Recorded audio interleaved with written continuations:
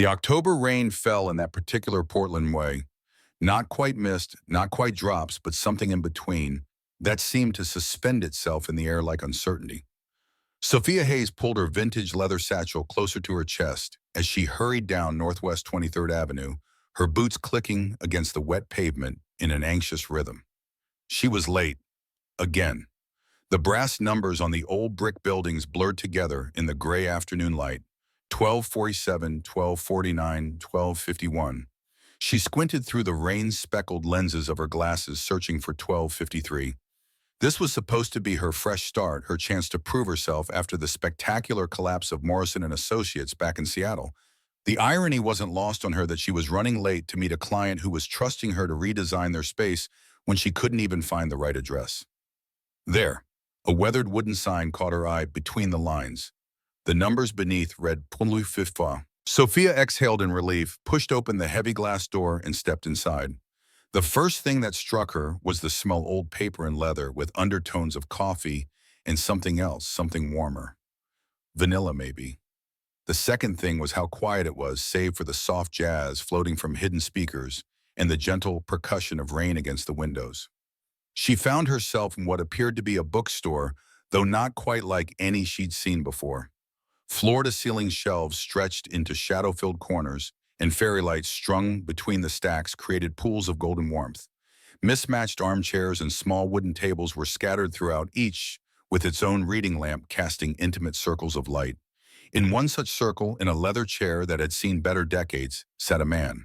He was perhaps 30, with dark hair that looked like he'd been running his fingers through it, and a jaw shadowed with stubble that suggested he'd been there for hours. A notebook lay open across his lap, a pen poised in his hand as if he'd been caught mid-thought. He looked up when she entered, and Sophia found herself momentarily distracted by his eyes gray-green, like the Pacific on a stormy day. "Oh," she said, then immediately felt foolish. Oh, that was her opening line for the client who could make or break her career. The man closed his notebook and set it aside, giving her his full attention. "Can I help you?" Sophia straightened her shoulders and tried to channel the confidence that had once earned her a promotion to senior designer. "Yes, I'm Sophia Hayes. I'm here about the renovation project." A small frown creased his brow. "Renovation project. The grind," she clarified, pulling a folder from her satchel. "I'm the interior designer you hired to redesign the space. I know I'm a bit late, but I have some initial concepts that I think you'll find." "I think there's been a mistake," he said, gently rising from his chair. He was taller than she'd expected, probably 6'2", with the kind of lean build that suggested long walks and restless nights rather than gym memberships. Sophia's cheeks burned. "Oh God, you're not. This isn't the grind, is it?" "This is between the lines," he confirmed, and there was something in his voice, amusement maybe, but not unkind. "Though I have to say, your renovation concepts sound intriguing." She looked around again, really seeing the space this time. It was a bookstore, obviously, but it was also something more. The way the light fell across the worn wooden floors, the careful placement of the furniture, the books arranged not just by genre, but by some invisible aesthetic that made each shelf feel like a curated collection rather than mere inventory. "This is beautiful," she said, forgetting her embarrassment for a moment. "The way you've created these intimate reading nooks while maintaining sight lines throughout the space, it's really well done." "Thank you." He seemed genuinely pleased, though I can't take all the credit. This place has been evolving for 30 years. Sophia realized she was still standing awkwardly by the door, her folder clutched to her chest like armor. "I should go find the actual coffee shop. I'm sure they're wondering where I am." "The grind is next door," he said. 12:55. Easy mistake to make. "Right, next door." She took a step toward the exit, then paused. "I'm sorry for barging in and rambling about renovation concepts. I must have sounded completely insane." "Not insane," he said, and when he smiled, something fluttered in her chest that she determinedly ignored. "Passionate, there's a difference." The bell above the door chimed as another customer entered, bringing with him a gust of rain-scented air and the excuse Sophia needed to escape her growing mortification. "I should really go," she said. "Of course. Good luck with your real client." She was halfway out the door when she heard him call after her. "For what it's worth," he said, "I think they're lucky to have you." The grind, as it turned out, was everything between the lines wasn't. Where the bookstore had felt like a secret, the coffee shop felt like it was trying too hard to be discovered. Exposed brick walls were decorated with local art that screamed Portland quirky. Industrial light fixtures hung at awkward heights, and the furniture looked like it had been chosen for Instagram potential rather than comfort. Robert Cross, the owner, was a man in his early 60s with graying hair and kind eyes behind wire-rimmed glasses. He greeted Sophia with a sort of warm enthusiasm that immediately made her feel guilty about her tardiness. "Ms. Hayes, so good to meet you. I'm sorry, I hope you weren't waiting long. I got caught up with a supplier call." "Not at all," Sophia lied smoothly. "I was actually just admiring the bookstore next door. Beautiful space." Something flickered across Robert's expression, pride mixed with something sadder. "That's my son's place. Well, it was my father's originally, then mine, now Ethan's. Though he's been traveling for the past few years, so we've had managers running it." Ethan. So the man with the storm-colored eyes had a name. "He has excellent taste in design," Sophia said. "He does. Gets it from his mother." Robert's smile was warm but wistful. "Anyway, let me show you what we're working with here."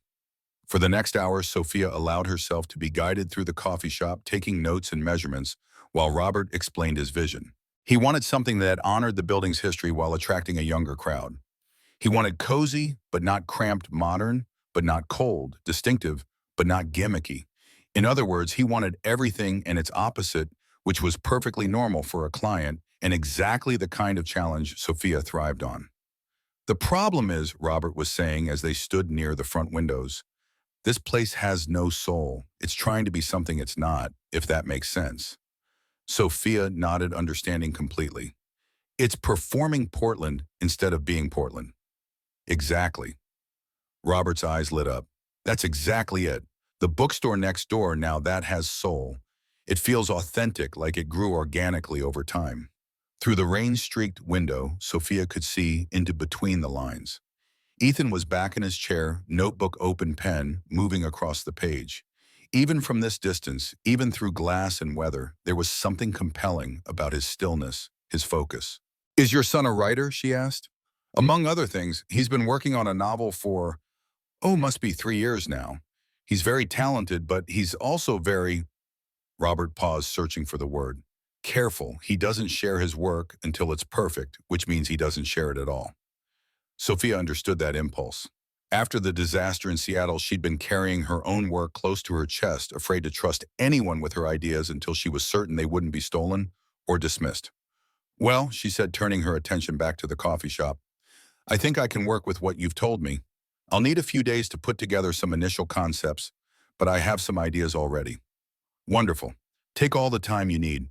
And please, if you need anything, measurements, access, after hours, whatever, just let me know." They shook hands, and Sophia gathered her things, already mentally rearranging furniture and reimagining sightlines. She was so absorbed in planning that she almost collided with someone coming through the door. It was Ethan, shaking raindrops from his dark hair and looking around the coffee shop with an expression she couldn't quite read. "Dad," he said, then noticed Sophia. "Oh, hello again." "Hello," she managed, suddenly very aware of her rain-frizzed hair and the fact that she was clutching her satchel like a shield again. "Ethan," Robert's voice carried the particular joy of a parent seeing a child unexpectedly.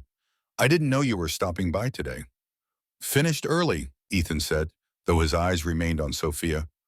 "Thought I'd grab some coffee before heading back." "Perfect timing. I'd like you to meet Sophia Hayes. She's the interior designer who's going to help us transform this place." Ethan's eyebrows rose slightly. "The renovation expert." "That's me," Sophia said, trying for lightness. "Though apparently I need to work on my navigation skills." "Navigation is overrated," Ethan said. "Sometimes the wrong door leads to the right place." There was something in the way he said it that made Sophia look at him more closely. Was he flirting? The possibility sent an unexpected thrill through her chest, followed immediately by panic. She didn't do flirting. She especially didn't do flirting with her client's son. "I should go," she said quickly. "Let you two catch up. Mr. Cross, I'll have some initial concepts for you by Friday." "Looking forward to it," Robert said.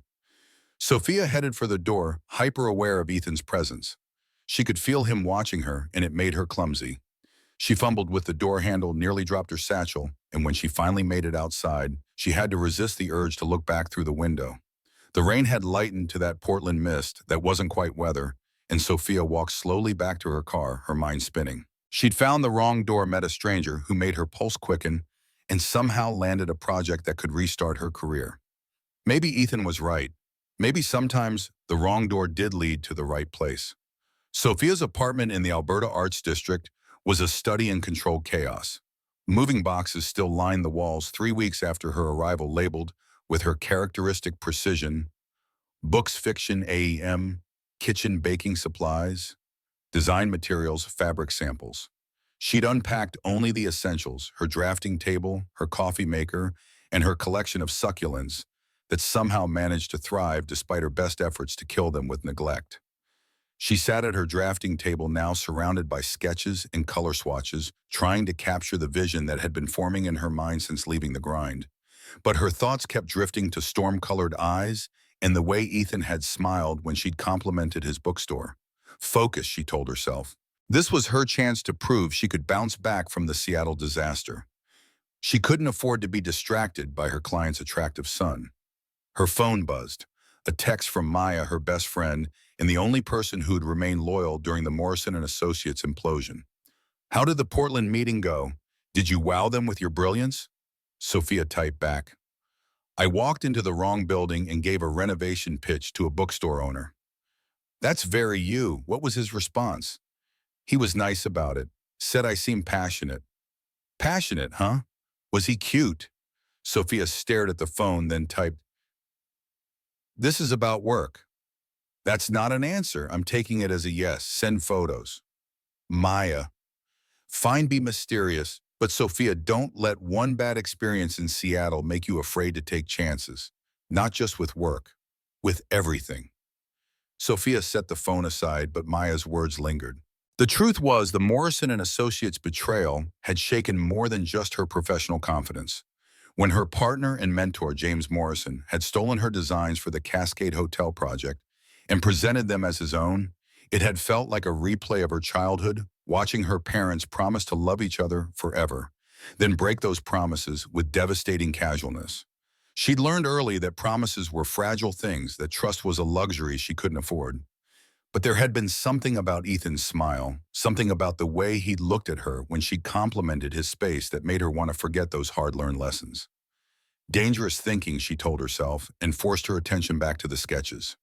The next morning brought the kind of crisp October day that made Portland shine like a secret worth keeping. Sophia arrived at the grind early, hoping to get a better feel for the space before the morning rush began. Robert had given her a key, trusting her with his business in the way that still surprised her after James Morrison's betrayal. She let herself in and stood in the center of the empty coffee shop, breathing in the potential. The bones of the space were good high ceilings, large windows, beautiful hardwood floors beneath the dated carpet. It wanted to be something warmer, more authentic, something more like... She glanced toward between the lines where soft light already glowed behind the windows. Did Ethan open early, or had he never left? Before she could talk herself out of it, she found herself standing outside the bookstore, peering through the glass. Ethan was there in the same leather chair, but this time he was reading rather than writing. The morning light caught in his dark hair and cast shadows across the planes of his face. The door was unlocked. Sophia hesitated, then pushed it open. The bell chimed softly, and Ethan looked up from his book, something thick and literary with a cover that had seen better days. The renovation expert returns, he said, and there was that smile again, the one that made her forget why getting involved with her client's son was a terrible idea. I'm not stalking you, she said quickly. I was next door and I saw the light and I thought that you'd check on the competition. Competition. Coffee shops and bookstores. We're natural enemies, didn't you know? We both want people to linger, but they can't buy books and coffee in the same place. Sophia looked around, noticing details she'd missed yesterday in her embarrassment. There was indeed a small coffee station tucked into one corner. Nothing fancy, just a simple espresso machine and some mismatched mugs. Actually, she said, I think you're natural partners. People who love books usually love coffee and vice versa. You are both selling experiences, not just products. Ethan closed his book, marking his place with what appeared to be a coffee-stained receipt. Is that your professional opinion? It's my professional observation, though I suppose it could be both. And what would you do if you were redesigning this place? The question surprised her. You want my opinion on your space? I'm curious about your process, how you see things. Sophia looked around again, this time with her designer's eye fully engaged. I wouldn't change much, she said honestly. The layout works, the lighting is beautiful, the furniture placement creates natural conversation areas while still maintaining privacy, but she paused, considering. But the coffee station feels like an afterthought. If you really want to compete with the grind, you need to embrace the coffee and books combination instead of hiding it in the corner. Ethan stood and walked over to the neglected coffee station. My dad always said it was just for customers who wanted to linger longer. He never wanted it to become the focus. Your dad sounds wise, but it doesn't have to become the focus to be integrated better. A few small changes could make it feel intentional, rather than accidental. What kind of changes? Sophia found herself walking toward him, her designer instincts overriding her personal caution. Better lighting for one thing, maybe a small display case for pastries, nothing fancy, just something that suggests food and drink belong here. And the positioning, she gestured, indicating how the current setup created a dead zone in the flow of the space. They were standing close now, close enough that she could smell his cologne, something clean and understated, and see the flecks of gold in his gray-green eyes. You really see spaces differently, don't you? He said quietly. It's what I'm trained to do. No, it's more than that. You see the potential in things, the way they could be better. There was something in his voice that made her think he wasn't just talking about interior design anymore. The air between them felt charged, full of possibility and risk. Sophia took a step back. I should go. Robert will be here soon, and I want to get some measurements before the coffee shop opens. Of course. Ethan's expression didn't change, but she thought she saw a flicker of disappointment. Though if you're serious about the coffee station, I'd be interested in hearing more of your ideas. Sometime. Sophia hesitated. This was exactly the kind of complication she'd come to Portland to avoid, but there was something about the way he was looking at her, something hopeful and careful at the same time, that made her want to say yes. Maybe, she said finally, if you're serious about wanting to improve the integration between books and coffee. I'm very serious about integration, he said, and again she had the feeling they weren't entirely talking about interior design. The bell above the door chimed and Robert entered, bringing with him the energy of a man ready to start his day. Sophia, you're here early, and Ethan 2 mornings in a row. That's practically a record. Just getting some coffee, Ethan said, though Sophia noticed he hadn't actually made any. Well, don't let me interrupt. Sophia, feel free to take whatever measurements you need. I'll be in the back if you have questions. Robert disappeared into what Sophia assumed was the office, leaving her alone with Ethan again. The charged moment had passed, replaced by something more awkward and uncertain. I should let you work, Ethan said. Right, work. He headed toward the door, then paused. For what it's worth, I think my dad chose well. The right designer for the job. He was gone before she could respond, leaving her standing in the empty bookstore with the scent of old paper and possibility hanging in the air. Through the window, she watched him walk down the street, hands in his pockets, head slightly bowed against the morning breeze. There was something solitary about the way he moved, something that spoke to the lonely places in her own heart. Dangerous thinking, she reminded herself again. But as she headed back to the grind to take her measurements, she found herself wondering what Ethan was writing about in that notebook and whether he might be thinking about her too. The morning rush at the grind was exactly what Sophia had expected. A steady stream of caffeine-dependent Portlanders grabbing their fix before facing another day of drizzle and deadlines. She positioned herself at a corner table with her laptop and sketchpad, observing the flow of customers and the way they interacted with the space. The problems were immediately obvious. The layout forced people into an awkward queue that blocked access to the seating area. The industrial lighting was too harsh for the intimate atmosphere Robert wanted to create. The local art, while well-intentioned, created visual chaos rather than cohesion. But there were also unexpected moments of beauty. The way the morning light fell across the brick wall in geometric patterns, the sound of the espresso machine creating a rhythm that almost felt intentional, the glimpses of between the lines through the rain-speckled windows with its warm glow and carefully arranged books. Sophia made notes and sketches, losing herself in the familiar pleasure of problem-solving through design. This was why she'd become an interior designer in the first place, not for the glamour or the money, but for these moments when she could see exactly how to make something better. Another coffee? She looked up to find Robert standing beside her table with the fresh cup. That's very kind, thank you. She accepted the coffee gratefully. I hope I'm not in the way. Not at all, though I'm curious about your process. Most designers I've worked with want to measure everything and leave. I like to observe how people actually use a space before I start changing it, Sophia explained. Sometimes what owners think is wrong isn't actually the problem. And what do you think is wrong here? Sophia hesitated. She'd learned to be diplomatic about criticism, especially after the Morrison and Associates disaster had taught her how quickly professional relationships could turn hostile. The layout could be more intuitive, she said carefully, and the lighting doesn't match the mood you're trying to create. Robert nodded. What else? His tone was encouraging rather than defensive, so Sophia ventured further. The art is overwhelming the space. Each piece is lovely on its own, but together they're competing for attention instead of supporting the overall atmosphere. My wife chose most of those pieces, Robert said mildly. Sophia's heart sank. She'd just criticized the taste of her client's wife, the kind of rookie mistake that could kill a project before it began. I'm sorry, she said quickly. I didn't mean to imply. Margaret has excellent taste in individual pieces, Robert interrupted. But you're right that they don't work together in this context. She'd be the first to agree, actually. She's always saying that good design is about restraint as much as selection. Relief flooded through Sophia. Is your wife a designer? Retired art teacher. She helped me design the bookstore layout when we first opened it 30 years ago. Robert's expression grew soft with memory. She has an eye for creating spaces that make people want to stay. I'd love to meet her sometime, get her perspective on the project. Something flickered across Robert's face, too quick for Sophia to interpret. I'm sure she'd enjoy that, though she's been traveling a lot lately, visiting her sister in Sacramento. There was something careful about the way he said it, something that suggested the traveling might be more complicated than a simple family visit. But Sophia had learned not to pry into her clients' personal lives.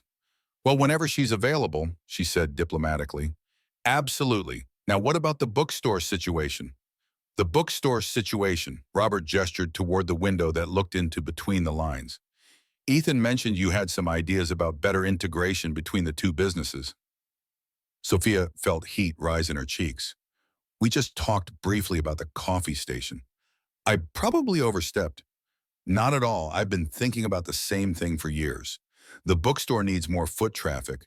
The coffee shop needs more reasons for people to linger. It seems like there should be a way to help each other. Through the window, Sophia could see Ethan at his usual table writing in his notebook. Even from this distance, she could sense his concentration, the way he seemed to create his own pocket of stillness in the world. What kind of integration were you thinking about? She asked. Nothing dramatic, maybe a connecting door, some shared seating, coordinated decor. Make it feel like two parts of the same experience instead of two separate businesses. It was exactly what Sophia had been thinking, but hearing Robert voice it made the possibilities feel more real and more complicated. That could work, she said carefully, though it would require Ethan's cooperation. Ethan's always been resistant to change, Robert admitted, but he seems interested in your ideas. That's something. Interested in your ideas. Sophia tried not to read too much into the phrase, but she couldn't ignore the little flutter of excitement it created. I could put together some preliminary concepts, she offered. Nothing formal, just some sketches to see if the idea has potential. That would be wonderful. And Sophia? Don't worry about speech and toes. Both businesses need fresh thinking. As if summoned by their conversation, Ethan appeared at the coffee shop door. He looked between Sophia and his father with an expression she couldn't read. Am I interrupting something? He asked. Just talking about integration possibilities, Robert said cheerfully. Sophia has some interesting ideas about connecting the two spaces. Ethan's gaze settled on Sophia, and she felt that familiar flutter of attraction mixed with anxiety. What kind of connections, he asked. Nothing invasive, Sophia said quickly.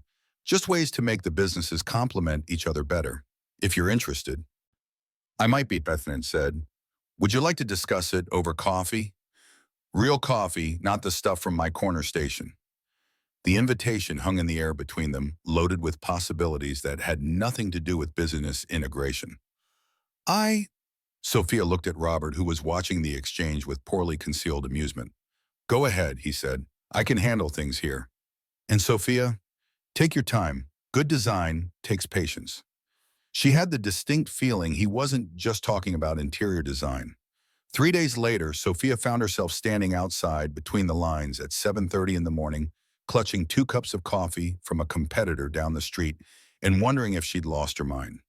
She'd spent the previous evening sketching integration concepts until her hand cramped, telling herself it was purely professional interest. The lie was becoming harder to maintain. Through the window, she could see Ethan in his usual chair, but instead of writing, he was staring out at the street with the kind of distant expression that suggested his thoughts were miles away. There was something melancholy about his stillness that made her chest tighten. She knocked softly on the glass. Ethan looked up, and his expression shifted from distant to surprise to something warmer. He stood and walked to the door, unlocking it with a small smile. Coffee delivery, he asked, eyeing the cups. Peace offering, Sophia said, for interrupting your writing time yesterday, and the day before, and probably today. I wasn't writing, Ethan admitted, accepting one of the cups, just thinking. About your novel. Among other things. He stepped aside to let her enter, and she caught that scent again, clean and understated, with something uniquely him underneath. What about you? What brings you to enemy territory so early? Actually, I brought sketches. Integration concepts, like we discussed. She pulled a folder from her bag, suddenly uncertain. If you're still interested. Show me. They settled at a small table near the window, and Sophia spread out her drawings. She'd worked until nearly midnight, refining the ideas, making them beautiful as well as functional. Looking at them now in the morning light, she felt a flutter of pride mixed with nervousness. This is incredible, Ethan said, studying the main concept drawing. You've made it look like the connection was always meant to be there. The sketch showed a wide archway between the 2 spaces framed by built-in bookshelves that would display both books and coffee-related items. The seating areas flowed naturally from one space to the other, creating distinct zones while maintaining visual continuity. The key is making it feel organic, Sophia explained, leaning closer to point out details. See how the color palette transitions gradually, and the lighting changes subtly as you move from the coffee side to the reading side. Ethan was quiet for a long moment, studying the drawings with the intensity she'd seen when he was writing. Finally, he looked up.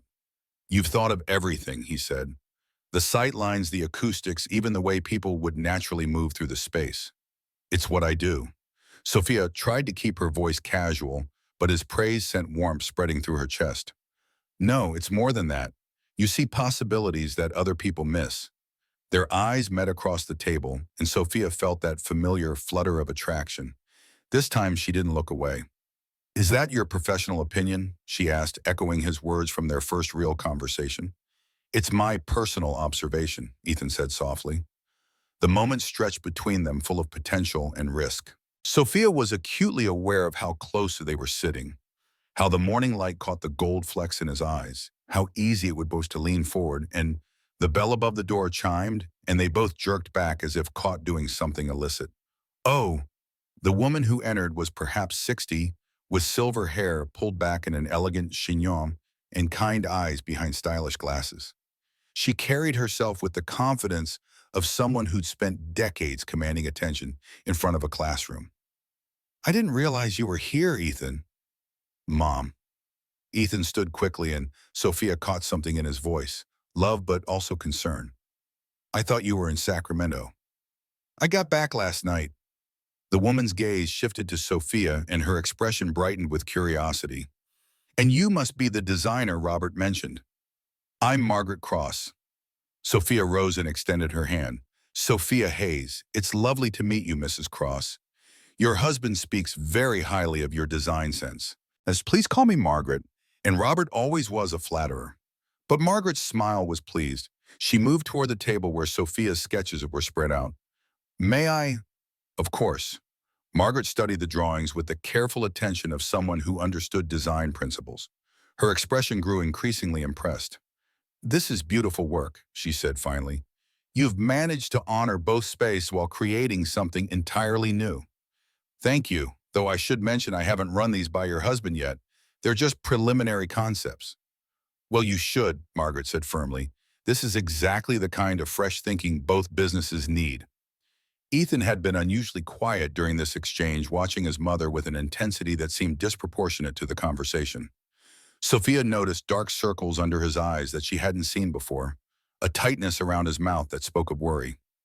How was Sacramento? He asked. Fine. Linda's doing well. The grandkids are growing like weeds. Margaret's response was smooth practice, but Sophia caught a flicker of something fear before the older woman's expression settled back into calm pleasantness. I should let you two get back to your meeting, Margaret continued. Ethan, will you be home for dinner tonight? Of course. Good. I'm making that chicken recipe you like. Margaret moved toward the door, then paused. Sophia, I hope we'll have a chance to talk more about your ideas. I'd love to hear about your background, your training. I'd like that very much. After Margaret left, the bookstore felt strangely quiet. Ethan remained standing, staring out the window at his mother's retreating figure, with an expression Sophia couldn't read. She seems lovely, Sophia said carefully. She is. Ethan's voice was tight. She's the strongest person I know. There was something in the way he said it that made Sophia think strength wasn't the issue. She waited, giving him space to explain if he wanted to, but he just shook his head and sat back down. Sorry, he said. Family dynamics. You know how it is. Sophia didn't actually. Her family dynamics had been more about absence than presence, more about what wasn't said than what was. But she nodded anyway. Should we talk about next steps? She asked, gesturing to the sketches. If you're serious about this integration idea, I am. Ethan's focus returned to the drawings, but she could still see the worry lurking behind his eyes. Though I should warn you, I'm not the easiest person to work with. I have strong opinions about this place. Strong opinions are good. They usually come from caring deeply about something. And what do you care deeply about, Sophia Hayes? The question caught her off guard.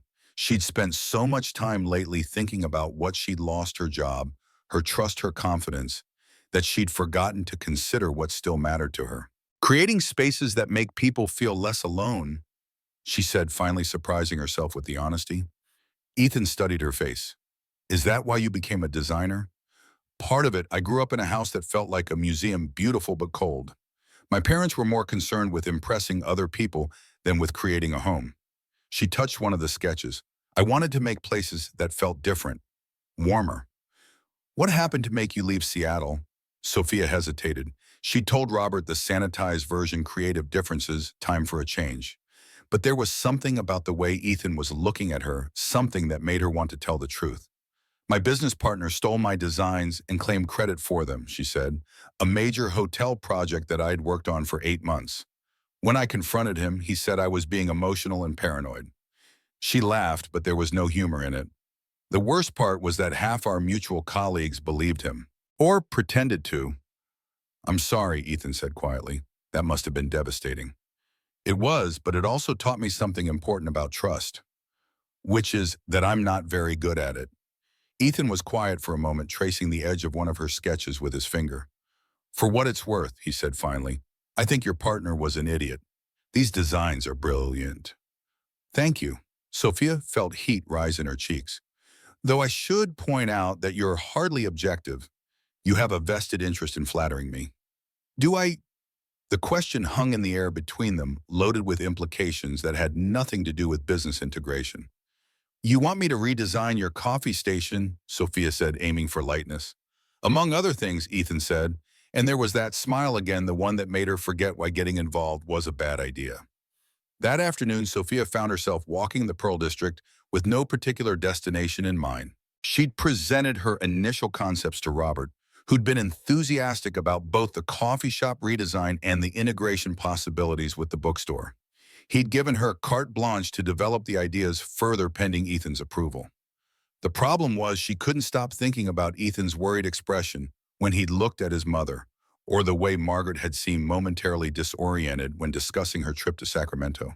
She was so lost in thought that she almost didn't notice the woman sitting on a bench in a small pocket park staring at the trees with a confused expression. It was Margaret. Sophia hesitated, then approached carefully. "Mrs. Cross, Margaret, are you all right?" Margaret looked up, and for a moment her expression was completely blank. Then recognition dawned, followed immediately by embarrassment. "Sophia, yes, I was just enjoying the afternoon." But her voice was uncertain, and she looked around the park as if she wasn't quite sure how she'd gotten there. "It's a lovely spot," Sophia said gently, settling on the bench beside her mom. "Though a bit cold for sitting it outside, don't you think?" Margaret looked down at her light cardigan, seeming surprised to find herself underdressed for the October weather. "I suppose I got distracted," she said. "I was running errands, and then I saw the trees changing colors, and I just stopped to look." "The fall colors are beautiful here," Sophia agreed, "different from what I was used to in Seattle." They sat in comfortable silence for a few minutes, watching leaves drift down from the maple trees. But Sophia noticed that Margaret kept checking her watch and looking around with an increasing anxiety. "Are you meeting someone?" Sophia asked. I, Margaret frowned. "I was supposed to be somewhere, a doctor's appointment, I think, but I can't remember where." The admission seemed to cost her, and Sophia felt a stab of sympathy for this proud woman who was clearly struggling with something beyond her control. "Would you like me to call someone for you, Ethan? Maybe, or Robert?" "No." Margaret's response was sharp, panicked. "No, please don't. They worry enough already." "I understand," Sophia said gently, "but maybe I could help. Do you remember what kind of doctor or what part of town?" Margaret pulled out her phone with shaking hands and scrolled through what appeared to be a calendar app. "Here," she said, relief evident in her voice. "Dr. Martinez, neurology. It was at 2:30. Sophia glanced at her own watch. It was nearly 3. "Would you like me to drive you there? We could call and explain that you're running late." "Would you?" Margaret's gratitude was almost heartbreaking. "I seem to have gotten turned around somehow." "Of course." They walked to Sophia's car in silence, and during the drive to the medical complex, Margaret seemed to regain her composure. By the time they arrived, she was once again the poised, confident woman Sophia had met that morning. "Thank you so much, dear," Margaret said as they pulled into the parking lot. "I don't know what came over me." "It happens to everyone," Sophia said diplomatically. "Not to me," Margaret said quietly. "Not usually." She got out of the car, then leaned down to the window. "Sophia, I know we barely know each other, but could I ask you not to mention this to Ethan or Robert? They've been under enough stress lately." "Of course," Sophia said. "But Margaret, if you ever need someone to talk to, or just someone to sit with you in the park, I'm a good listener." Margaret's eyes filled with tears. "You're very kind. I can see why Ethan is taken with you." Before Sophia could respond to that loaded comment, Margaret was walking toward the medical building, her shoulders straight and her chin high. But Sophia noticed that she checked the building number twice before going inside. That evening, Sophia sat in her apartment staring at her laptop screen and trying to focus on coffee shop lighting specifications. But her mind kept drifting to Margaret's confused expression in the park, to the way Ethan had watched his mother with such careful attention. Her phone buzzed with a text from an unknown number. "This is Ethan. Dad gave me your number. I hope that's okay. I wanted to thank you for helping my mom this afternoon." Sophia's heart skipped. Margaret had told them after all. She typed back, "How did you know Dr. Martinez's office called when she was late? Dad called her phone and she mentioned you'd given her a ride. We really appreciate it." It was nothing. She seemed a bit overwhelmed. There was a long pause before the next text came through. "Would you like to have dinner tomorrow? I'd like to explain about my mom, and I think you deserve to know what you might be getting into with this integration project." Sophia stared at the message, her finger hovering over the keyboard. Having dinner with Ethan felt like crossing a line, moving from professional to personal in a way that could complicate everything. But Margaret's words echoed in her mind. "I can see why Ethan is taken with you." "Dinner would be nice," she typed before she could lose her nerve. "Great. Do you know Kennard? It's in the Burnside district." She did know it, a small French bistro with a reputation for intimate ambiance and exceptional food. Definitely not a business dinner kind of place. 7 o'clock, he continued. Perfect. Sophia, thank you again for today. It means more than you know. After he signed off, Sophia sat staring at her phone, wondering what exactly she'd just agreed to. She'd come to Portland to rebuild her career, to focus on work and avoid emotional complications. But as she looked out her window at the city lights reflecting off the wet streets, she found herself thinking about storm-colored eyes and the way Ethan had smiled when he'd said she saw possibilities that other people missed. Maybe some possibilities were worth the risk.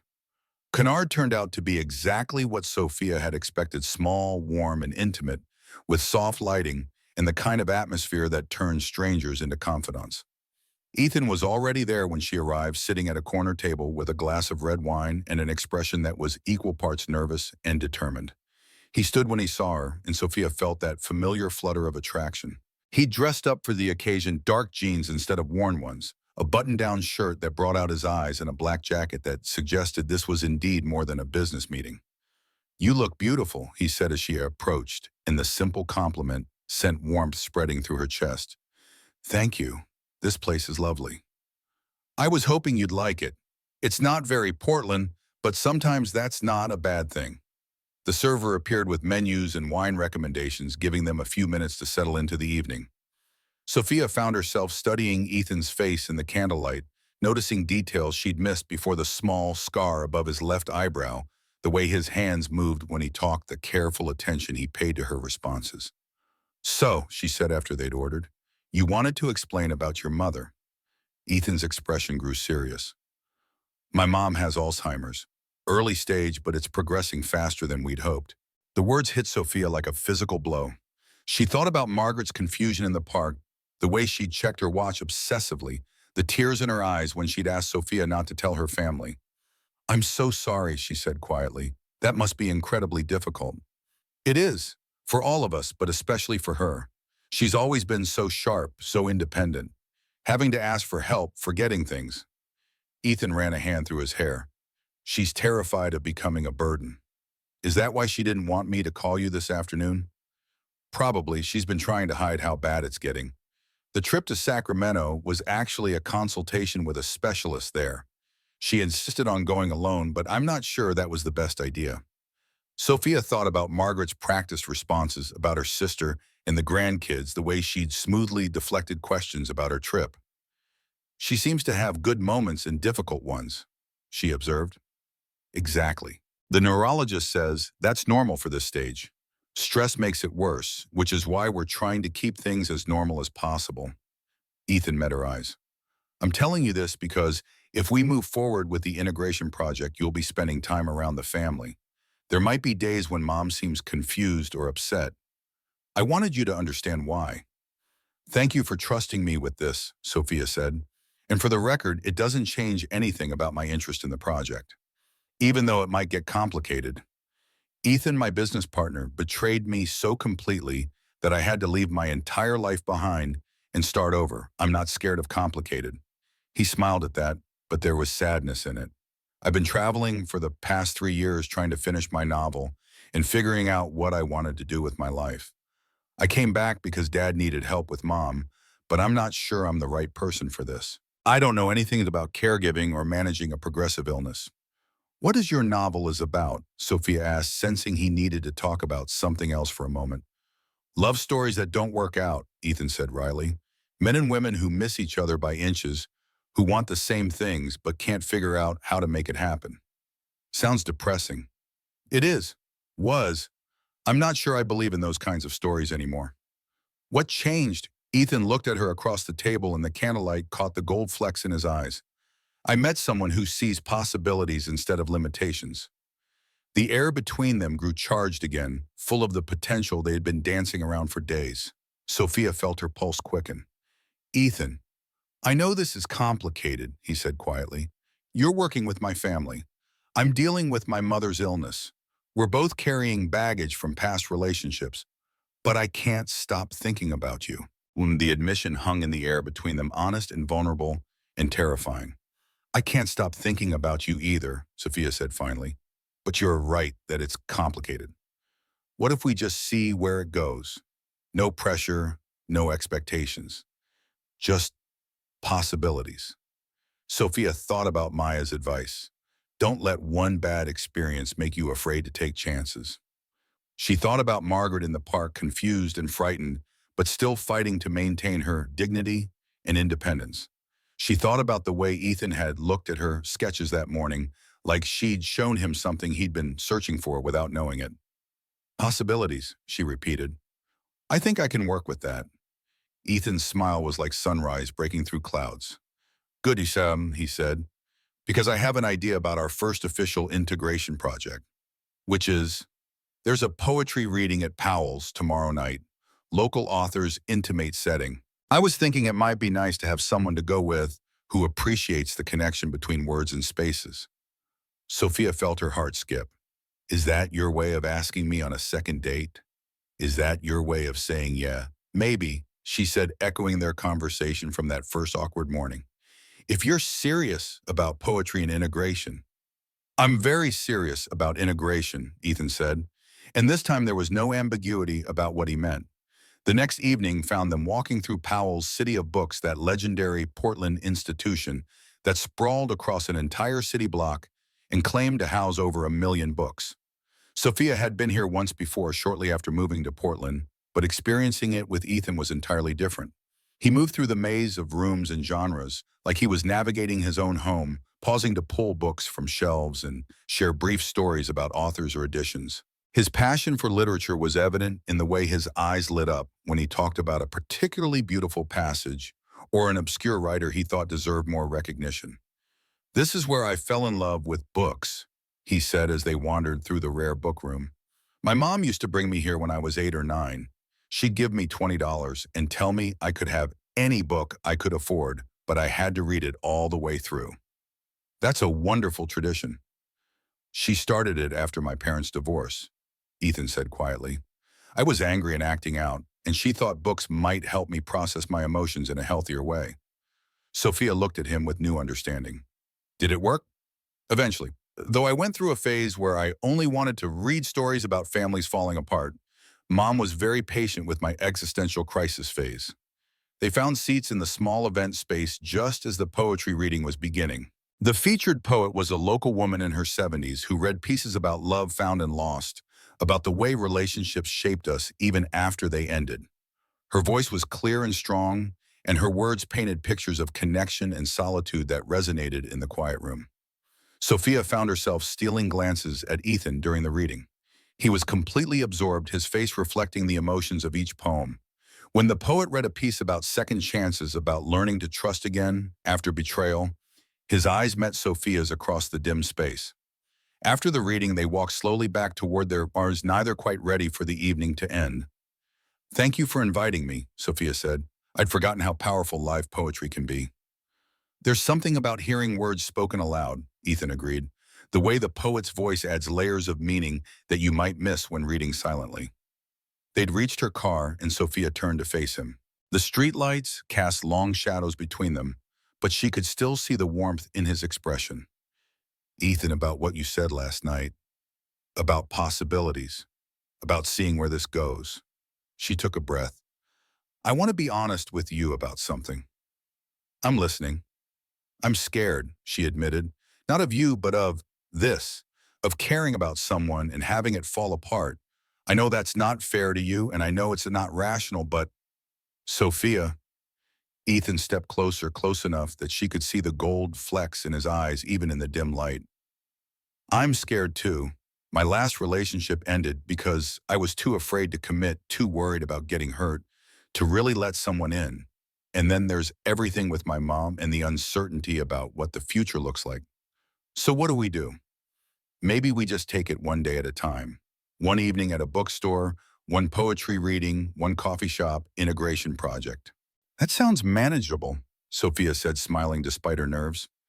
There's something else, Ethan said. I've been thinking about what you said yesterday about creating spaces that make people feel less alone. What about it? I think that's what you do for people, not just spaces. You make them feel less alone. Before she could respond, he leaned down and kissed her softly, briefly, like a question rather than a statement. When he pulled back, his eyes searched her face for a reaction. Was that okay, Wasim? He asked quietly. Instead of answering with words, Sophia reached up and kissed him back longer this time with more certainty. He tasted like wine and possibility, and when they finally broke apart, she felt something shift inside her chest, a door opening that she'd kept locked for months. "Definitely okay," she said breathlessly. Ethan's smile was radiant. "Good, because I was hoping we could do that again sometime. I think that could be arranged." They said goodnight reluctantly with the promise of coffee the next morning and further discussion of integration projects. As Sophia drove home through the quiet Portland streets, she found herself thinking about the poet's words about second chances and learning to trust again. Maybe Ethan was right. Maybe the best way forward was simply to take it one possibility at a time. 2 weeks later, the integration project was taking beautiful shape. The archway between the lines and the grind had been framed and was awaiting the custom bookshelves that would transform it from a simple opening into something that felt intentional organic. The coffee shop renovation was proceeding on schedule, with the harsh industrial lighting replaced by warm Edison bulbs and the jarring local art consolidated into a cohesive gallery wall. Sophia stood in the middle of the grind at 7 in the morning, watching the early light filter through the large windows and cast geometric patterns across the refinished floors. In a few hours, the space would be full of caffeine-seeking Portlanders, but for now it belonged to possibility. "You look satisfied," Ethan said from behind her. She turned to find him carrying 2 cups of coffee, proper coffee from his newly upgraded espresso station, and wearing the kind of smile that still made her pulse quicken after 2 weeks of shared mornings, integrated lunch breaks, and evenings that stretched long into the Portland night. "I am satisfied," she said, accepting the coffee gratefully. "Your father was right about this space having good bones. It just needed someone to help it remember what it wanted to be." And what did it want to be? A place where people linger, where they feel comfortable enough to read a book or write one or fall in love with a stranger across a crowded room. Ethan moved closer, close enough that she could smell his cologne and see the flecks of gold in his gray-green eyes. "Speaking of falling in love, we're in your father's coffee shop," Sophia reminded him, though she didn't step away. "My father doesn't open for 2 hours. Your mother could walk in." "My mother is having a good morning. She's at home making breakfast and listening to NPR like she has every morning for 30 years. There was relief in his voice when he talked about Margaret's good days and gratitude that never quite masked the underlying worry.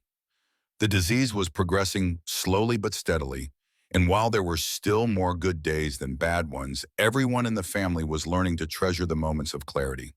Sophia had become an unexpected part of that treasuring. Margaret had taken to calling her when she felt confused or overwhelmed, and Sophia had learned to recognize the particular note in the older woman's voice that meant she needed someone to sit with her until the fog lifted. It wasn't a role she'd asked for, but it was one she'd grown to value deeply. "How are the wedding plans coming?" Ethan asked, referring to the integration project they'd started calling their marriage of the two businesses. "The contractor says another week for the shelving installation, then we can start arranging the displays." Sophia pulled out her phone to show him photos of the custom pieces being built. "Look at this craftsmanship. These are going to be gorgeous." Ethan studied the images, but his attention seemed focused somewhere else. "Sophia, there's something I want to talk to you about." Something in his tone made her look up from the phone. "What is it?" "I've been thinking about after the project is finished, about what comes next." "And what do you mean?"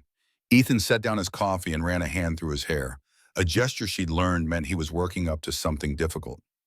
"I mean us," he said. "This thing we've been building together. I don't want it to end when the renovation is complete."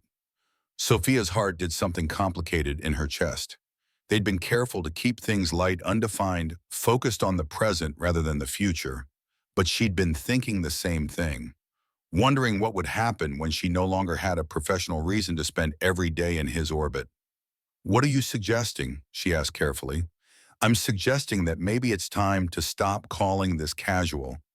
Maybe it's time to admit that what we have is worth building something permanent around."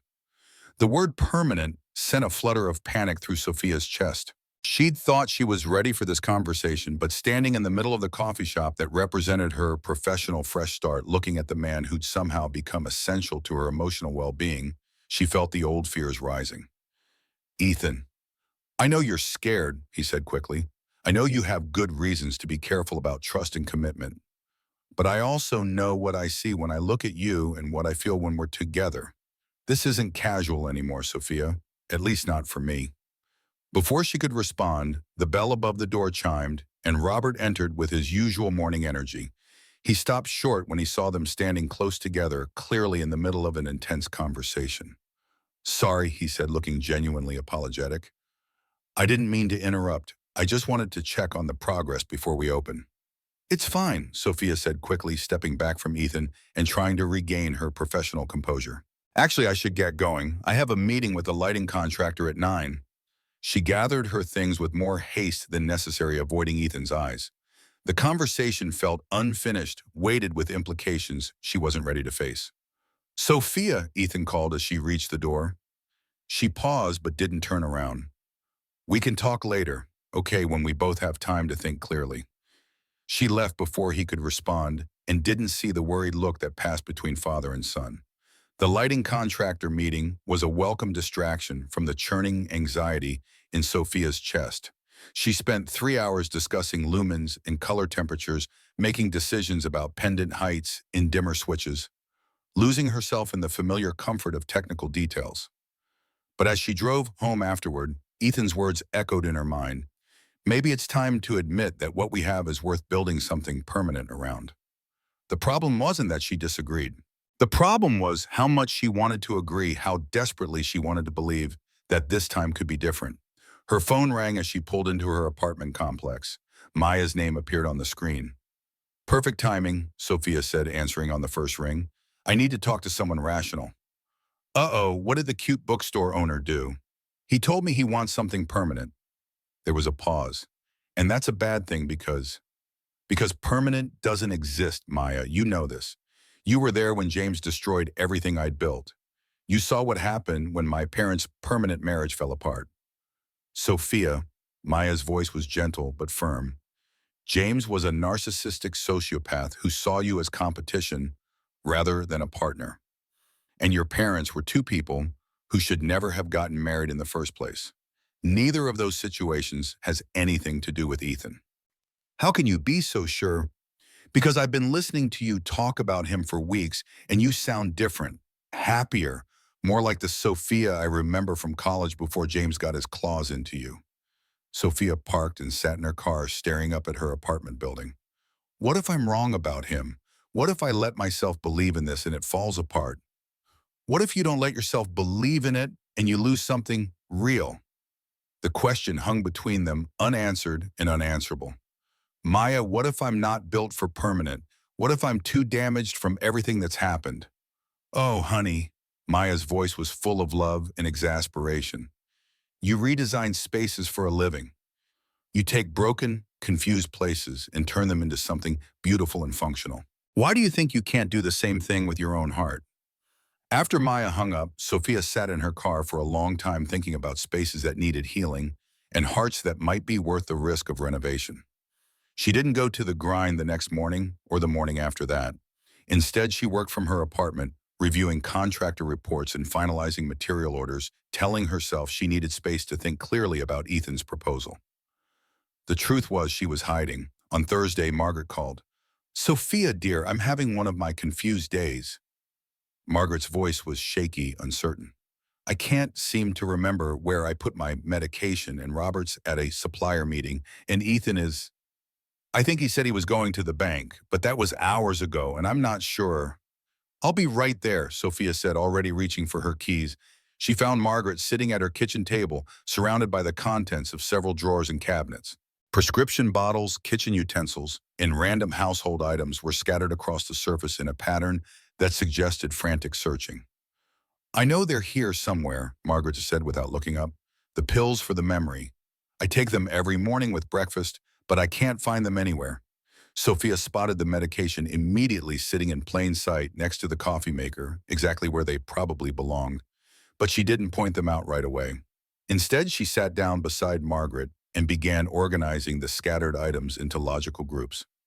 Let's start with what you remember about this morning, she said gently. You had breakfast.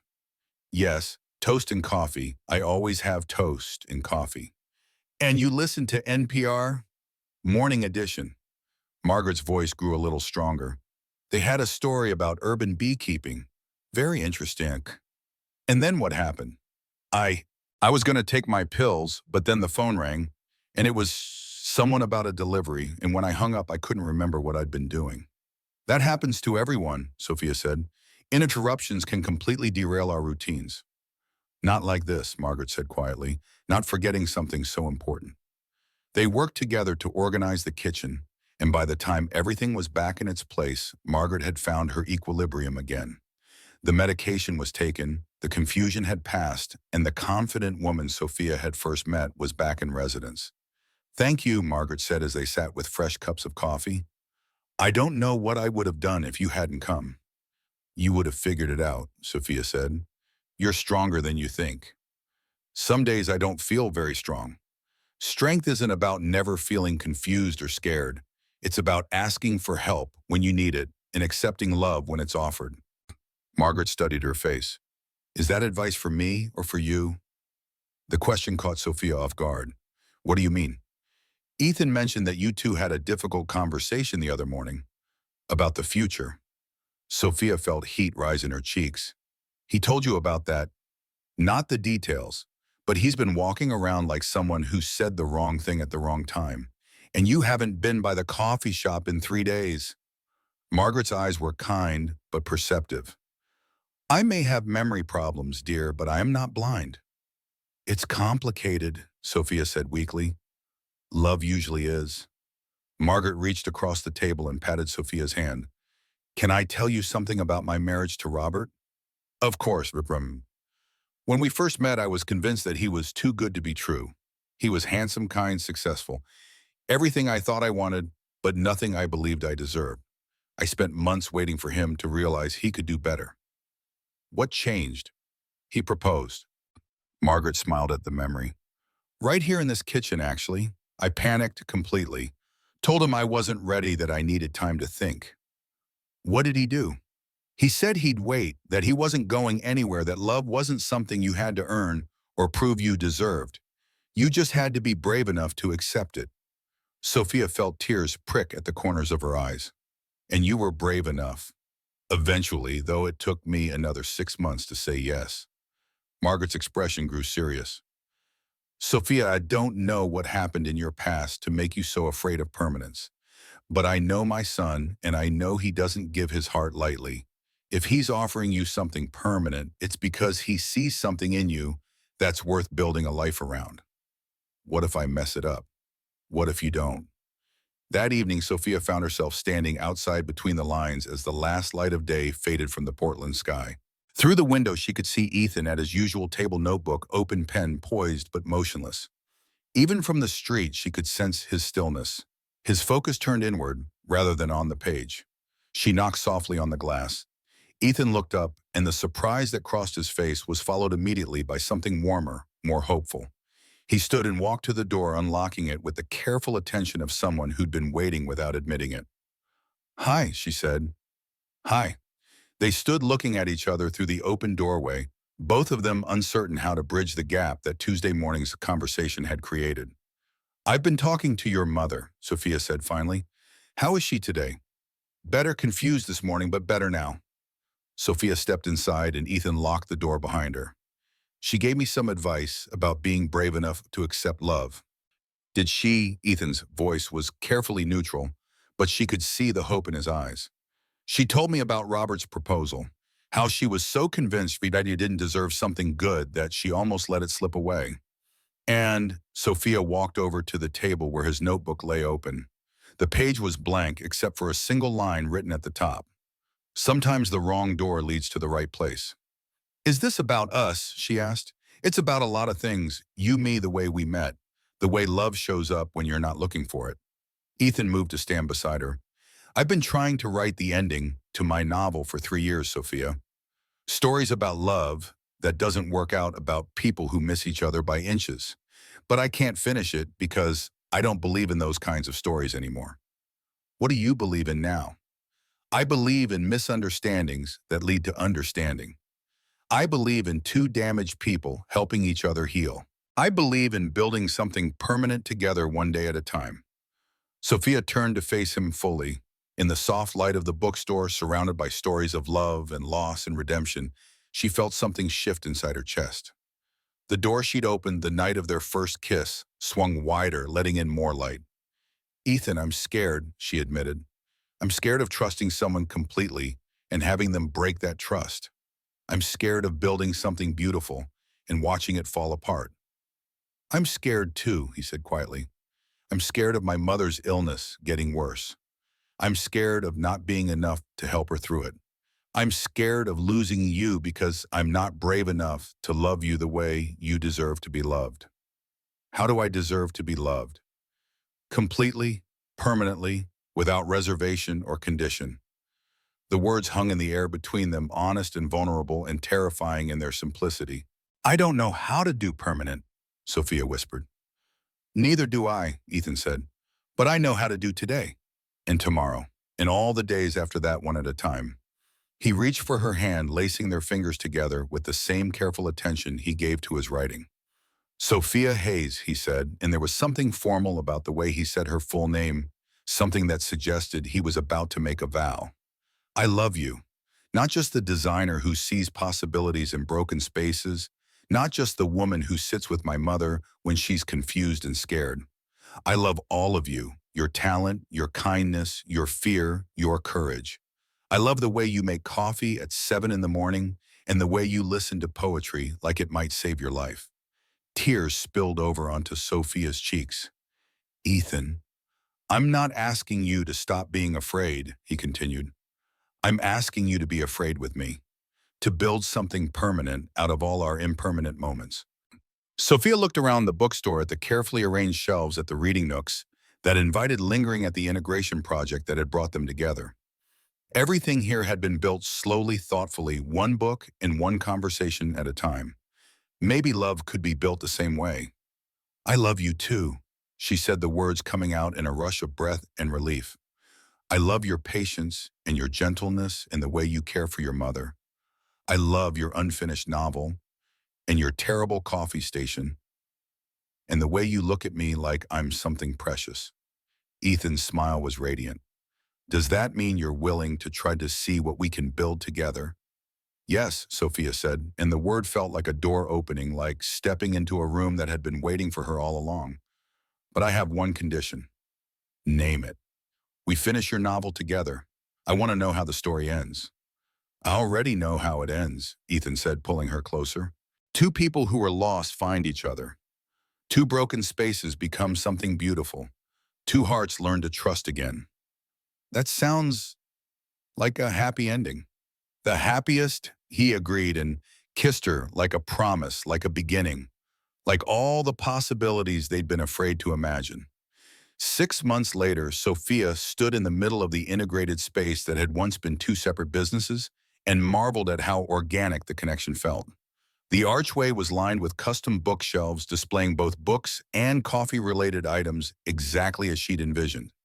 The seating areas flowed naturally from the coffee side to the reading side, creating distinct zones while maintaining visual continuity.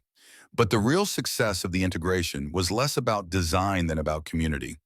The space had become a gathering place for writers and readers, coffee lovers and book lovers, people who wanted to linger, and people who just needed somewhere to belong. Margaret was having a good day. She sat in her favorite armchair in the bookstore section, reading to a group of children whose parents were scattered throughout the integrated space working on laptops and enjoying coffee. The story was about a little lost rabbit who finds her way home by following a trail of breadcrumbs, and Margaret's voice was clear and strong. Ethan emerged from behind the coffee counter with 2 cups and a manuscript tucked under his arm. "Final draft," Sophia asked, accepting the coffee gratefully. "Final draft," he confirmed. "Though I should probably warn you, it's different from what I originally planned." "Different how?" "It's a love story that works out." Sophia smiled and opened to the first page. The dedication read, "For Sophia, who taught me that sometimes the wrong door leads to exactly where you need to be." "I like it already," she said. "Wait until you get to the ending. I think you'll find it's quite satisfying." Through the large windows, the afternoon light fell across the refinished floors in geometric patterns, and the sound of conversation and laughter filled the space like music. In a few weeks, Sophia and Ethan would be married in a small ceremony in the bookstore, surrounded by books and family and all the possibilities they'd built together. But for now, it was enough to sit in the space that they'd created, reading a love story with a happy ending, while Margaret's voice carried across the room, telling children about finding your way home. Sometimes the wrong door really did lead to the right place. Sometimes misunderstandings led to the deepest understanding of all. And sometimes, if you were brave enough to accept it, love was exactly as permanent as you allowed it to be.